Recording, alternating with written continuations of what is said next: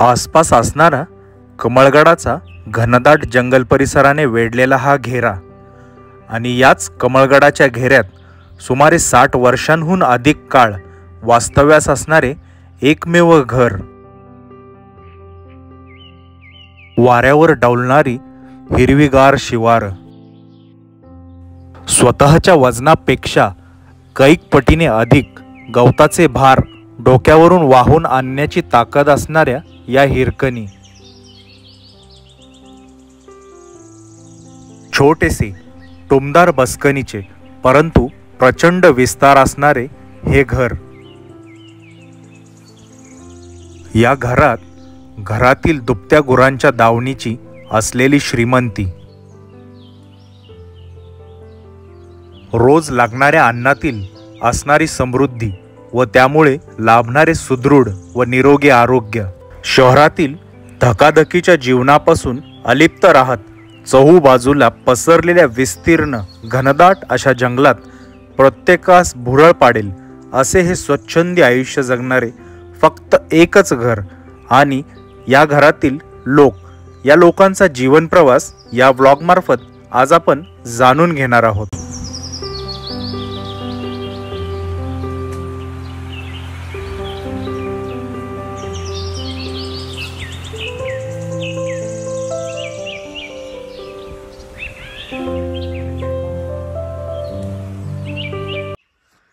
शुभ सकाळ, शिवसकाळ मित्रांनो. मी निशांत तावडे स्वागत करतो आपल्या यूट्यूब चॅनल निशांत तावडे व्लॉग्समध्ये.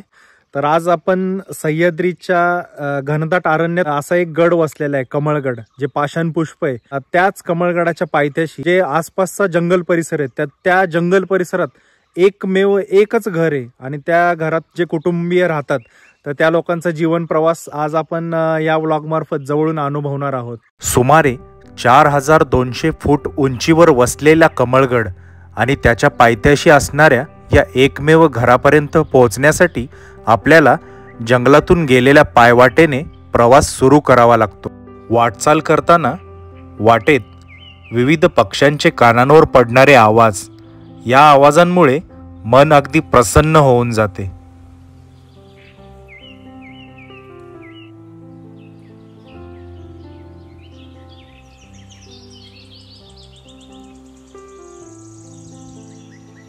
हे घनदाट जंगल वाटचाल करताना वन्य प्राण्यांचा सहवास हा पावलापावलांवर जाणवतो व त्याच्याच पाऊलखुणा काही ठिकाणी पाहावयास मिळतात. आता मी ट्रेकिंग करताना एका ठिकाणी थांबलो आणि एक विष्ठा दिसलेली आहे. बऱ्याच वेळा फॉरेस्ट डिपार्टमेंट किंवा प्राणी अभ्यासक हे प्राणी दिसला नाही तर हे जंगलामध्ये वावर आहे याच्या खुणा असतात. त्या खुणा कोणत्या कोणत्या असतात तर एखाद्या ठिकाणी एखाद्या प्राण्याच्या जे ठसे उठतात, त्या ठशावरूनही अभ्यास केला होता की हा कोणता प्राण्याचा ठसा आहे. तसंच त्या प्राण्यांच्या विष्ठाही पडलेल्या असतात. ही विष्ठा आहे म्हणजे थोडक्यात त्या एखादा प्राणी डायरेक्ट प्राणी खातो तर केस, त्याच्या हाडं सह खातो. आता ही बघितले त्याचे केस आहेत, त्याचे न पसलेले केस, आणि हे जे दिसतंय ना, ही हाडं आहेत. हाडं ती पसलेली नाही, ती डायरेक्ट विष्ठेतून पुन्हा बाहेर आलीत. म्हणजे थोडक्यात ही विष्ठा तरी बिबट्याची जास्त वाटतंय मला. आणि ही विष्ठा खूप जुनी नाहीये, साधारण एक 10 ते 12 दिवसाचीच विष्ठा आहे. म्हणजे इथे बिबट्याचा वावर खूप आहे. या जंगलांमध्ये बिबट्या खूप प्रमाणात दिसतो. आणि तरस शक्यतो नसावा याचं कारणही सांगतो की तरस शक्यतो उंच डोंगरावर वावर करत नाही. त्यामुळे मला जास्त लक्ष नाही बिबट्याची वाटत. अशा या जंगलातून गेलेल्या रानवाटांचे निरीक्षण करत अनुभवत आम्ही गोरक्षनाथ मंदिराजवळ येऊन पोहोचलो.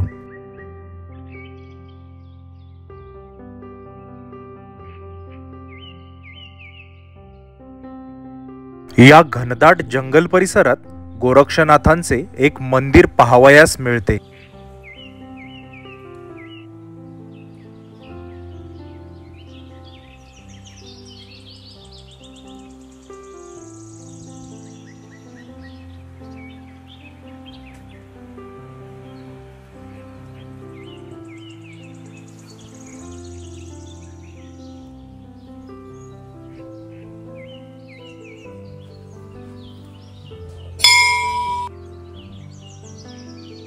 मंदिराच्या गाभाऱ्यातील नाथांच्या मूर्तींच्या दर्शनाने मन प्रसन्न झाले. तुम्ही काय रोज येता का मंदिराकडे?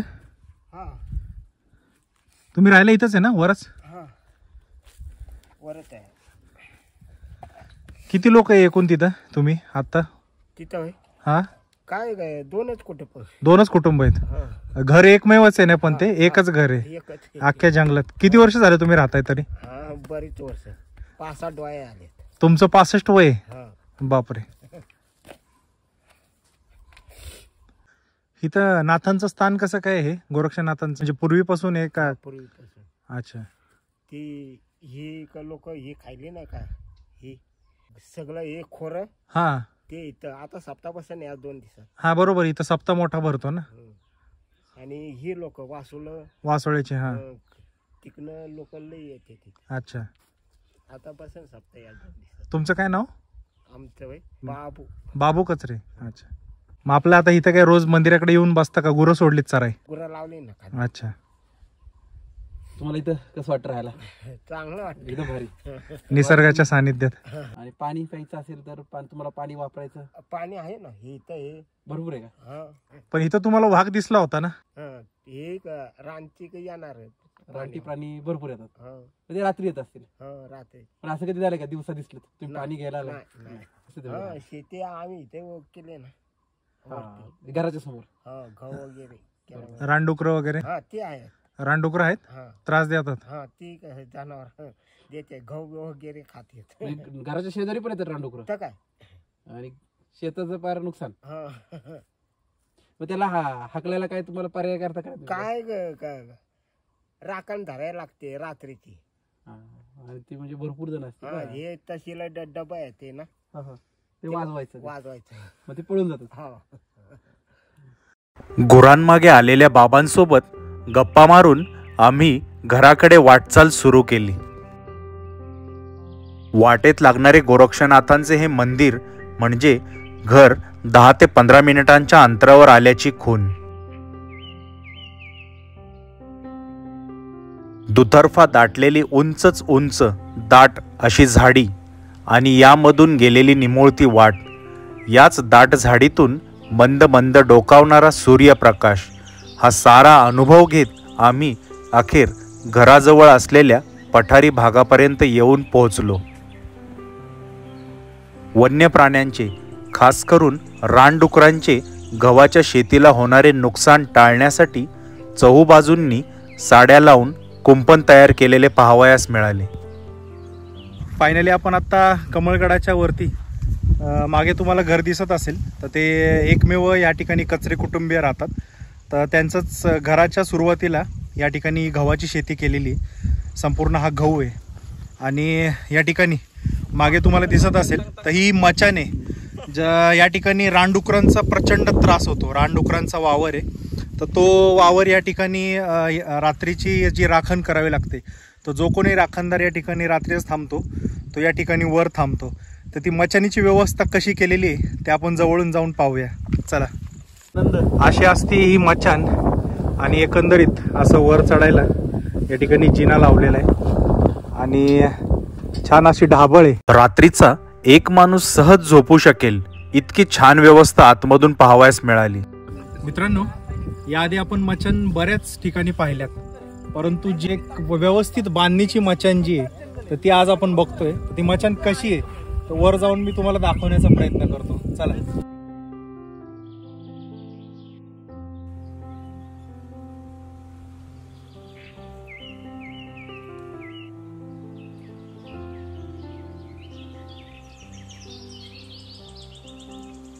हे अशी रचना म्हणजे रात्रीच्या या ठिकाणी त्यांनी बॅटरी ठेवली, वाकळे झोपायला, आणि समोरून पण शेतीवर लक्ष राहत आहे आणि या ठिकाणावरून इकडे पण चौफेर असं लक्ष ठेवता येते. वाऱ्याच्या तालावर शिवारातील हिरवीगार फुललेली गव्हाची शेती व त्यातून होणारा सळसळ आवाज, तसेच या शेतीचे वन्य प्राण्यांपासून रक्षण करण्यासाठी शेताच्या मधोमध उभी केलेली मचान, हे सर्व त्या ठिकाणी काही काळ थांबून अनुभवले.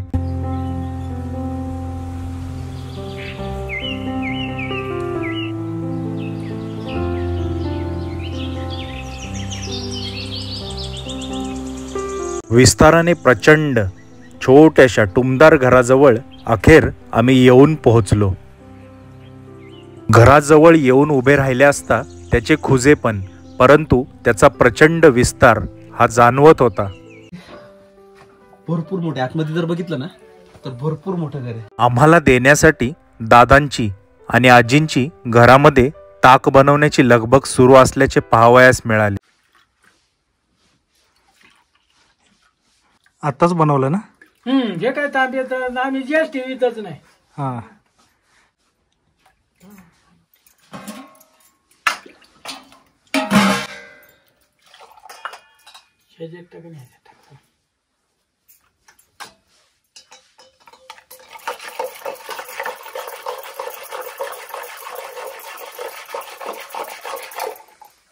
ते हे काढून घ्यायचंच नाही, दोन्ही आम्ही काढून घेतच नाही. हा, म्हणजे दुधापासून फक्त ताक. अशा या थंडगार ताकाचा आस्वाद घेत आम्ही घराबाहेर दादांसोबत काही वेळ गप्पा मारल्या. तिकडे जास्ती रानडुकर गहू विकता काय नाही आम्हालाच. ह्याच्यात 4 मालक आहेत, हे जेवढा केलाय ना ह्याच्यात 4 मालक आहेत आणि आम्ही 2 बाहेरची. बाहेरचे म्हणजे माडेगणी. अच्छा, तुम्ही माडेगणीची इथं आले का राहायला? नाही आम्ही फक्त शेती केली गहू. अच्छा, मग राहता कुठं? तिकडे परत माडेगणीला परत जाता? माडेगणीला, पण आता इथं झालोय सध्या मुक्कामाला राखण्यासाठी. मग राहता कुठं आता? ते काय ते 1 जणाचं घर आहे आमचं, हा, ते मचान केले ते. आणि ते एक खालती 1 जणाचं घर आहे. हा, आम्ही पाहिलं वाकळ वगैरे तिथं. तुम्ही त्या मचानीमध्ये राहता हा. आणि माडगाववरून एवढ्या लांब येऊन जाऊन शेती करायची. हो, नाही येऊन नाही, फक्त फिरून जायचं, मग कुपन करायचं. हे लोक ध्यान ठेवतात. हा तिथनं पुढे यायचं आपण, जर जनावर लागली की मग यायचं यांच्या साथी. हा. मग ते जनावरांचं काय खायचं ती खात येते, नक्की नाही ना, कवा बी येते, त्याचा काही नियम नाही.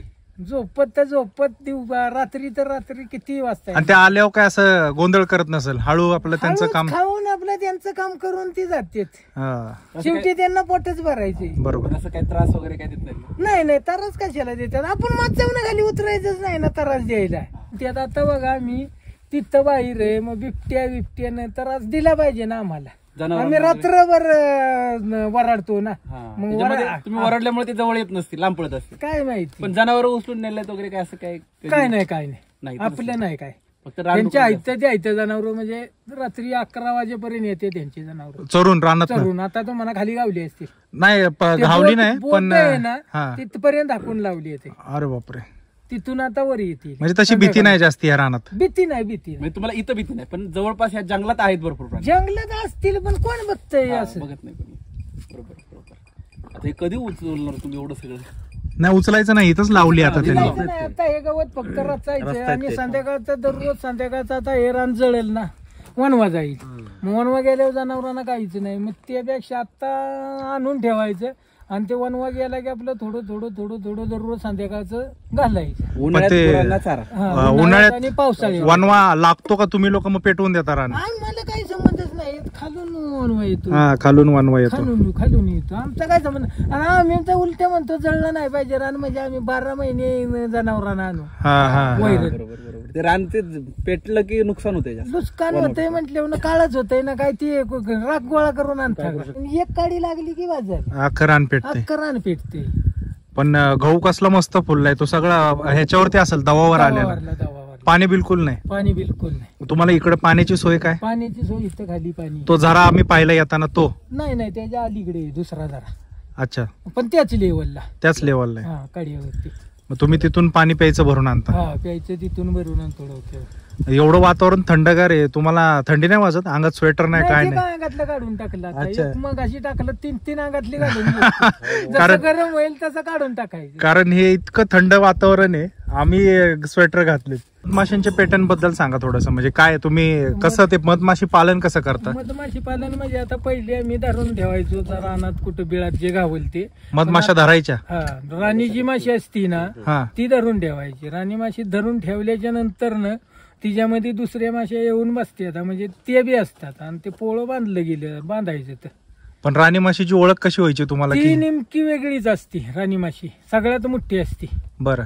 तिच्या ह्याच्यावरती येतं, म्हणजे आपल्या घरातला प्रमुख कसा असेल, मग आपल्याला इथून समजा हलायचंय, बरं, समजा हे घर नको पाहिजे आपल्याला, तर दुसरीकडे रूम शिफ्ट करतो की आपण कोणतरी चालक असेल तोच आपलं घर जाऊ पहिलं हा हा हा हा मग तसंच त्यांचं बी. अच्छा, म्हणजे राणी माशी जर उठली तिथून आणि ज्या दुसऱ्या ठिकाणी जाऊन राहिली तिथंच सगळ्या माश्या हा, येतात तिथंच मग. तिथंच त्याच्यामध्ये बी कामकर्ते असतात ज्या पास करणारे असतात माश्या. हा म्हणजे पास करणार आपली कशी खोली आपण पास करतो बरोबर की बरोबर. बाबा ही खोली आपल्याला पसंत आहे, हा तसंच त्यांचं आहे की हे घर आपल्याला पसंत आहे. अच्छा, आधी त्या कामगार माश्या जाऊन बघतात. हा, अगोदर कामगार माश्या जाऊन बघतात आणि नंतर मग त्या तिथं राणी माशीला घेऊन जातात. अरे वा. तोपर्यंत अशी झाडाला कुठेतरी विश्रांती घेणार असा गोळा बांधणार. हा, मग तो गोळा जरी भेटला तरी आम्ही तो गोळा पकडून पिटीत धरतो. पण मग ते तुम्ही काढायला गेल्यावर चावत नाहीत? चावतं की, पण आम्हाला काही इन्फेक्शन काहीच होत नाही. आम्ही आदिवासी असल्यामुळं कसं आहे की आदिवासी असल्यामुळं आम्ही त्यांना किती चावलं तरी आम्हाला काहीच वाटत नाही. कारण काय की आमच्या पूर्वीपारापासून सवय लागली,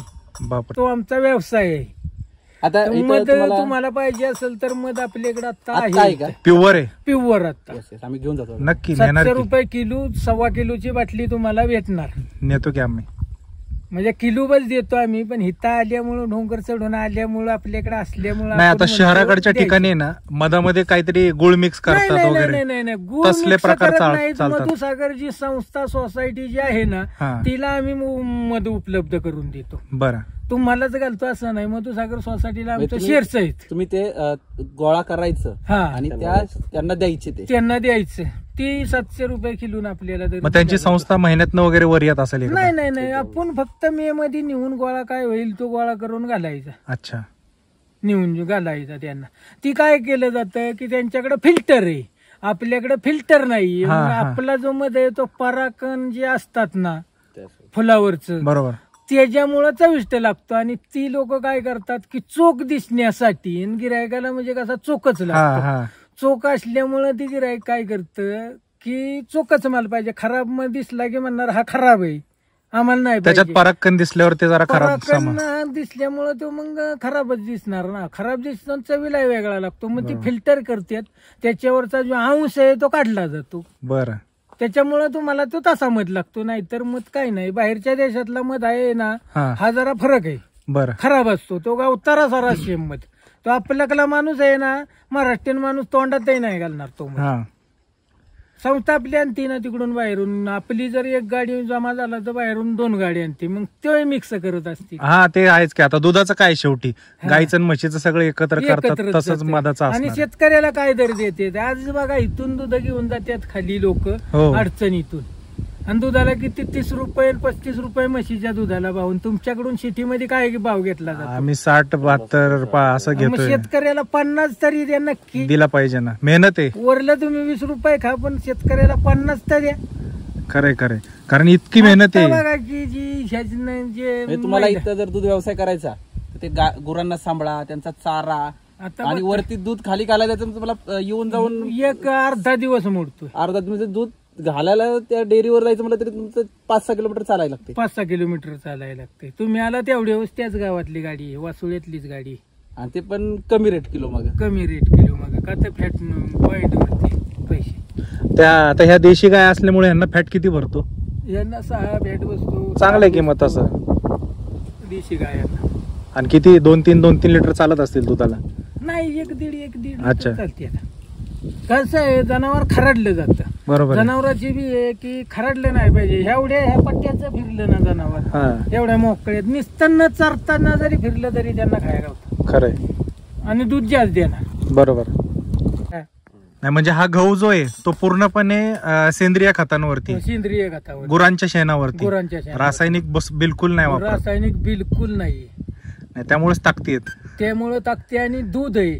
दूध हा. आम्ही दररोजचं ताक, दररोज आम्हाला जेवताना ताक लागतंच. हा, म्हणजे ते त्याच्यामुळं कसं होतं, कॅल्शियम भेटलं जातंय. खरंय खरंय. त्याच्यामुळं मग ताकद आहे. आता तुम्ही दूध घेतलं तरी तुम्हाला कसलं भेटणार? युरिया मिक्स केलेलं. युरिया म्हणा किंवा काय अहो, ते दूध टिकण्यासाठी जे आहे ना, फॅक्टरीवाला युरिया मिक्स करते, त्यावेळेला जास्त राहते.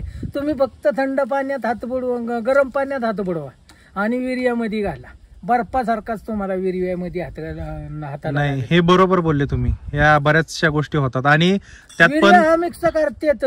नाही, आणि दूध उकळवतात ना जास्ती दिवस टिकण्यासाठी आहे ना उकळून त्याची मलई वगैरे सगळंच काढून घेतात, मग राहतंय काय? उकळून मलई काढत नाहीत मशनी इथं बघा फॅक्टरीमध्ये अशा पाताळ पाताळ चाकल्या आहेत आणि वरनं वाटते आणि ती एकीकडे पाताळ दूध निघते आणि एकीकडे ती मलई निघते, मलई निघते. आता तुम्ही इथं घराच्या कडेला गहू केलेला आहे, अजून तुम्ही पालेभाज्या वगैरे पिकवता का? पालेभाज्या नाही पिकवत आम्ही इथं. मग पालेभाज्या फक्त पाऊस पडला की भारांगी, कुरडू अशा पालेभाज्या रानात भरपूर गावतात. शेंडवालाची ह्याची भरपूर भाज्या गावतात, मग आम्ही त्या भाज्या खातोच. आता इथं लावत नाही आता विकृतीचा नैसर्गिक येतात. नैसर्गिक येतात. आता इथं तुम्हाला या जंगलामध्ये कोणत्या कोणत्या पालेभाज्या सापडतात? भारांगी एक भेटती, कुरडू एक भेटती, परत दुसरा एक कोळा म्हणून त्याला फुलं येतात ती भेटतात.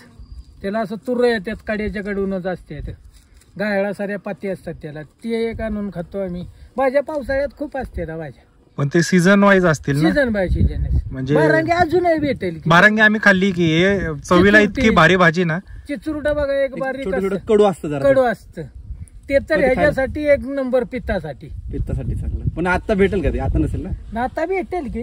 आता रानभाजी कुठली देते आम्हाला? आता नाही ना आपल्याकडे शिल्लकच काहीच नाही ना रानभाजी. आम्ही जाऊन येईपर्यंत आम्ही थांबू वाटलं नाही ना, पण भेटणारच नाही ना आता. चिचरडी भेटेल ना? चिचुरटी बी नाही ना भेटणार. बरं आम्हाला आता भारांगी भेटेल का? भारांगी बी नाही ना भेटणार, लांब खाली जावं लागणार राना काढायला. आणि त्या टायमाला तुम्ही पावसात आला होता, परवा आला होता? नाही 15 दिवसाखाली पाऊस नव्हता. 15 दिवसापूर्वी तो ड्रोन जे उडावला तो मागा इकडे आला होता का?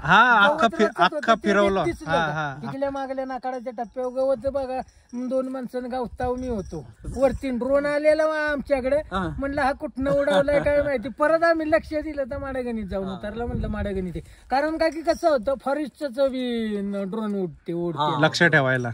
ते चोरून उडावते, म्हणजे त्यांना रेंज असे. बरोबर. ते लक्ष कशासाठी ठेवतात, म्हणजे काय कुठं तोड वगैरे झाडं वगैरे तोडतायत का? तोडबीड काही बघत असतील त्यांचं, ते फॉरेस्ट खातं म्हणजे वेगळंच आहे. पण तुम्ही जबाबदारीने वागताच ना, तुम्हाला कळतंयच की. आता वाटतं ना बघा ना, आता ही पडकीच लाकडं आम्ही आणतो. तुम्ही कशाला उगाच जबर. आता उलट तुम्ही हे रान राखलंय इतकं. नाही राखून काय करणार? रान जर राखलं नाही तर पर्यायच काय आहे मग? आता तुम्ही इतक्या लांब रान राखलेलं बघण्यासाठी हा अनुभव आम्हाला शहरात नाहीये, तो अनुभव इथं घेण्यासाठी येत आहे. आणि इथं जे आहे ना, मे महिन्यामध्ये तुम्हाला फॅन 4 लावावं लागणार, एसी चालू करावं लागणार घरी आमच्या, तुमच्या घरी. तसं इथं बिना एसीचा मी आरामशीर राहू. अहो ह्या गडाला सह्याद्रीतला फ्रीज म्हणतात, कमळ गडाला. इतकी थंड हवा आहे तिथं खाली. फ्रीजच आहे. दादांसोबत गप्पा मारत असतानाच रानातून स्वतःच्या वजनापेक्षा कैक पटीने अधिक गवताचे भार डोक्यावरून वाहून आणणाऱ्या हिरकणी नजरेस पडल्या. येणाऱ्या पाऊस काळामुळे जनावरांसाठी ही तरतूद करून ठेवावी लागते हे त्यांच्या बोलण्यातून जाणवले.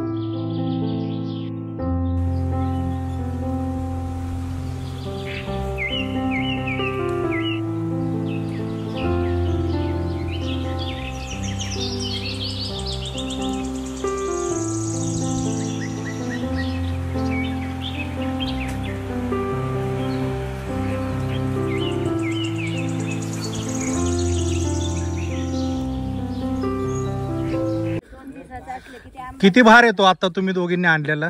वजन लय त्याचं? मान दुखत नाही तुमच्या? काय करायचं बापरे. मान दुखून काय करायचं? रोजचं येते? रोज आणायला लागतं? आता या कामाला आणलं म्हणजे मग आता हे वर्षभर जाणार जनावरांना. परिस्थितीशी 2 हात करत दुखणं बाजूला सारत केला तरच संसार होतो हे या माऊली नकळत सांगून गेल्या. घनदाट अरण्यात वसलेले हे एकमेव घर बाहेरून पाहताना जितके सुंदर त्याहून अधिक सुंदर व देखणे आतून पाहताना भासले. घराच्या मुख्य दारातून आतमध्ये प्रवेश करताच उजव्या बाजूला गुरांच्या दावणीची श्रीमंती नजरेस पडली. शहरासारख्या भागात आज काळाच्या ओघात दारात असणाऱ्या गाड्यांवरून घराची श्रीमंती ठरवली जात असली तरी आजही अशा ठिकाणी गुरांच्या दावणीवरूनच श्रीमंतीची व्याख्या ठरविली जाते.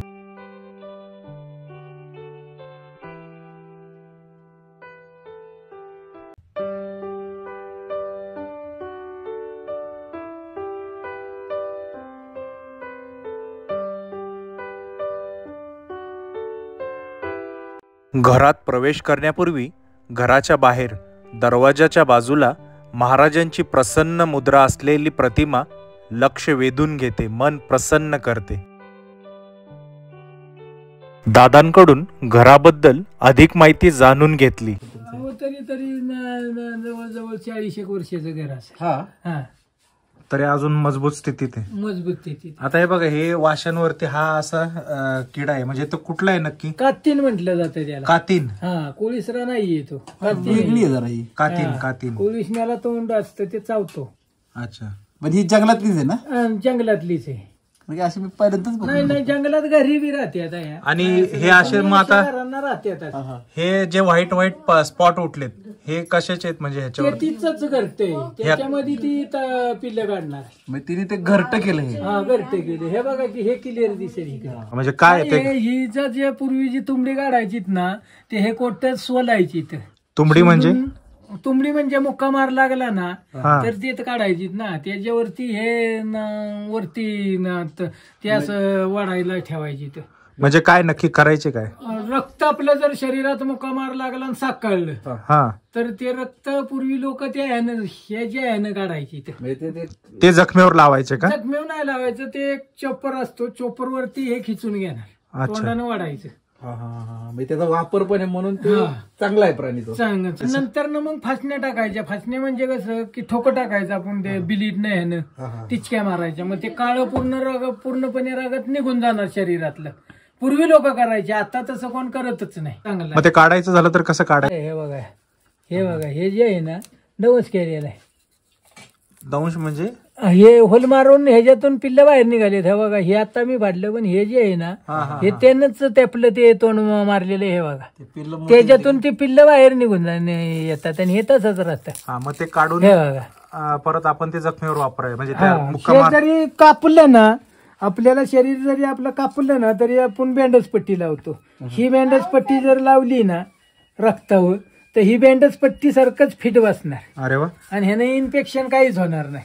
थोडक्यात हे बँडेज पट्टीचं काम करतंय. हा, बँडेज पट्टीचंही काम करते. त्यांनी जी कातीने त्यांनी जे बनवलंय ते घरट, त्याचा वापर चांगला होता. वापर चांगला. म्हणजे आज काळाच्या ओघात आपल्या पूर्वजांनी ज्या गोष्टी वापरल्या त्याचा आपल्याला विसर पडलाय, पण या गोष्टी आजही इथं टिकून येत. आणि या रानावनात राहणाऱ्या लोकांना या गोष्टींचं महत्व, प्रत्येक बारीक गोष्टी आज माहिती आहे. मी पहिल्यांदाच बघितलं असलं. पण आता आपल्याकडे जाळी उपलब्ध नाहीये ना, त्यासाठी मग ह्या अशाच जाळीत टांगून टाकायचा.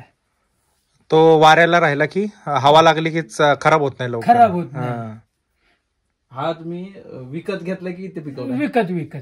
तुम्ही एवढं सगळं चालत डोक्यावर आणायचं. 6 किलोमीटर तुम्हाला चालत प्रत्येक घरातली वस्तू चालत डोक्यावर आणायला लागते. खाली किती लिटर दूध देता? कसं असेल तसं सीजनला निघतं 10-15. म्हणजे 10-15 लिटर दूध डोक्यावर चालत जायचं. आम्हाला साधं चालता आहे 4-5 लिटर आता दूध आहे.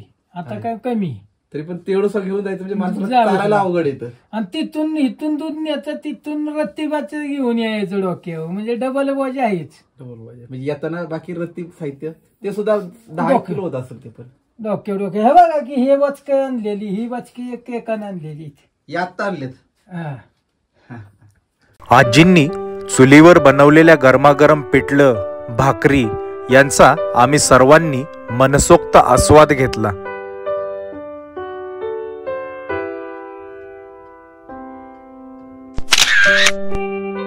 सह्याद्रीच्या घनदाट जंगलामध्ये वसलेला व ट्रेकर मंडळींसाठी आव्हानात्मक ठरणारा असा हा कमळगड. आणि याच कमळगडाच्या घेऱ्यात पायथ्याशी वसलेले हे एकमेव घर व त्या घरात राहणारे कचरे कुटुंबीय.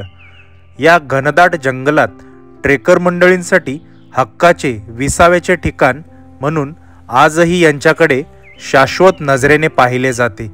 याच कचरे कुटुंबियांचा जीवन प्रवास आज आपण या व्लॉगमार्फत जवळून पाहिला, अनुभवला. उत्पन्नाची साधने तोकडी असूनही हे लोक सुखी आहेत.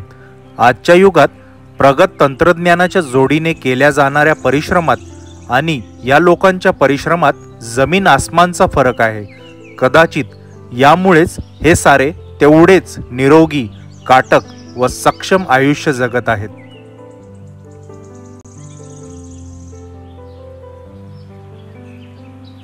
मित्रांनो, हा व्लॉग आवडल्यास लाईक, शेअर व आपण चॅनलवर नवीन असल्यास सबस्क्राईब नक्की करा, जेणेकरून असेच नवनवीन व्लॉग आपल्याला या चॅनलमार्फत पाहावयास मिळतील.